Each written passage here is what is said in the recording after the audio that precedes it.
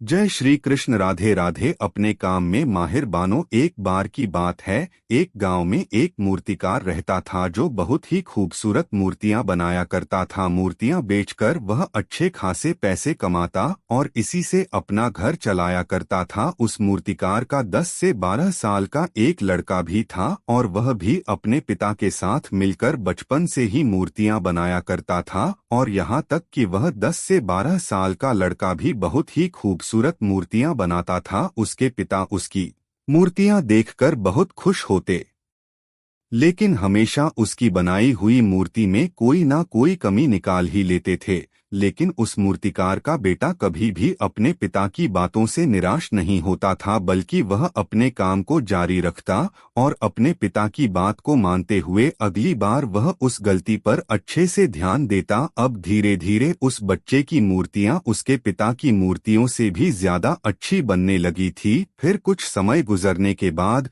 लोगों ने उसकी बनाई मूर्तियों को ज्यादा दाम में खरीदना शुरू कर दिया और उसके पिता की बनाई मूर्तियों को लोग पहले के ही दाम में खरीदते थे।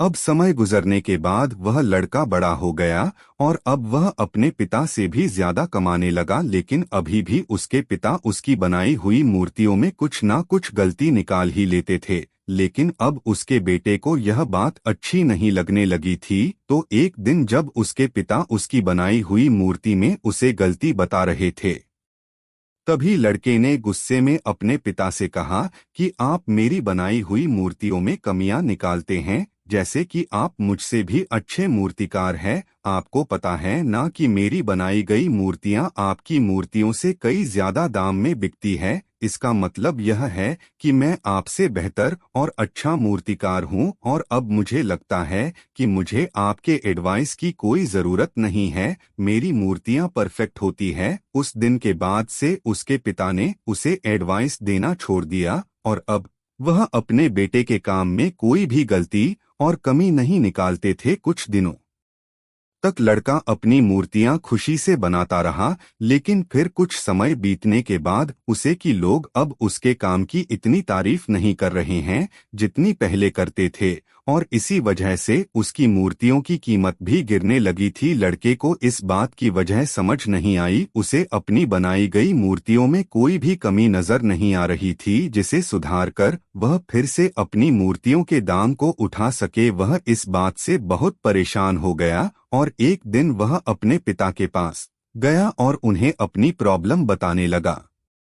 पिता ने उसकी पूरी बात सुनी और उसे कहा, मुझे पता था कि एक दिन यह तुम्हारे साथ जरूर होगा। यह सुनने के बाद बेटा हैरान हो गया और उसने कहा, क्या आपको पता था कि होने वाला है? पिता ने हाँ में सर हिलाया और कहा, क्योंकि यह मेरे साथ बहुत साल पहले हो चुका है। तभी लड़के ने कहा, फिर आपने मुझे यह चीज क्यों नहीं बताई? पिता ने कहा, क्योंकि उस समय तुम समझना नहीं चाहते थे। मुझे पता है कि मैं तुम्हारी जितनी खूबसूरत मूर्ति नहीं बना सकता हूँ, इसीलिए मैं हमेशा यह कोशिश करता था कि मैं एक टीचर की तरह तुम्हारी बनाई गई मूर्तियों में कमी निकालूं, क्योंकि जो काम हम खुद करते हैं उस काम में हम कभी भी कोई गलती नहीं निकाल सकते हैं, क्योंकि हम सब अपने काम को पसंद करते हैं और सबसे अच्छा समझते हैं।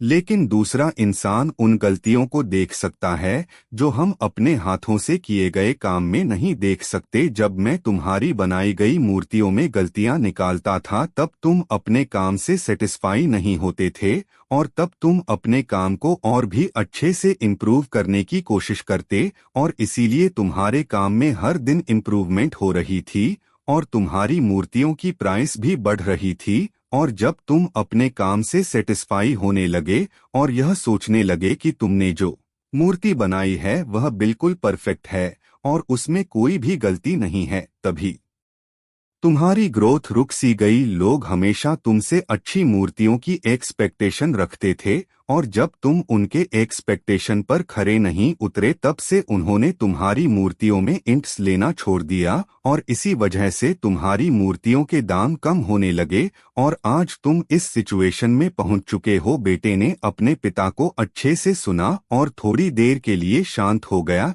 फिर उसने कहा, पिताजी अब मुझे क्या करना चाहिए? पिता ने कहा, बेटा डिससेटिस्फाई होना सीखो।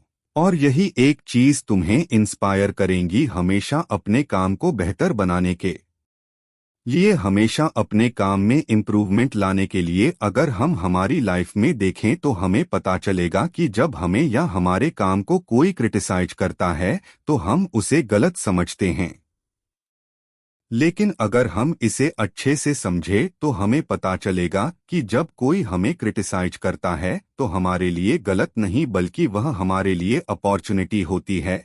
बस आपको वह चीज पॉजिटिव वे में लेना पड़ेगा। जब आपको या आपके काम को कोई क्रिटिसाइज करता है तो उसे एक फीडबैक की तरह समझो और उस गलती को फिक्स करो और अपनी प्रोग्रेस की तरफ बढ़ते रहो। तभी आप अपने काम में इम्प्रूवमेंट के रास्ते पर लगे रहोगे। चाहे दुनिया का कोई भी काम हो, उसका कोई अंत नहीं होता। हम जितना सीखते जाएंगे उतना इम्प्रूव करते जाएंगे और इंसान तभी सीखता है जब वह गलतियां करता है। तो अगर आप इस कहानी को और भी लोगों तक पहुंचाना चाहते हो तो पोस्ट को लाइक करिए, ताकि अच्छी लगी हो तो को सब्सक्राइब जरूर करिए। मिलता हूं मैं अगली बार इसी तरह की कहानी के साथ। तो सब्र करो, शुक्र करो और जिंदगी में आगे बढ़ो।